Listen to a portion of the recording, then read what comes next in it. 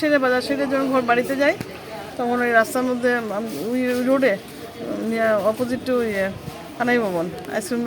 রোডে যখন আমি একাই আসছিলাম, যেতে যেতে যখন যাইতেছি তখন পাশে একটা ছেলে বাইকে গিয়ে আমার গলা 3টা টানা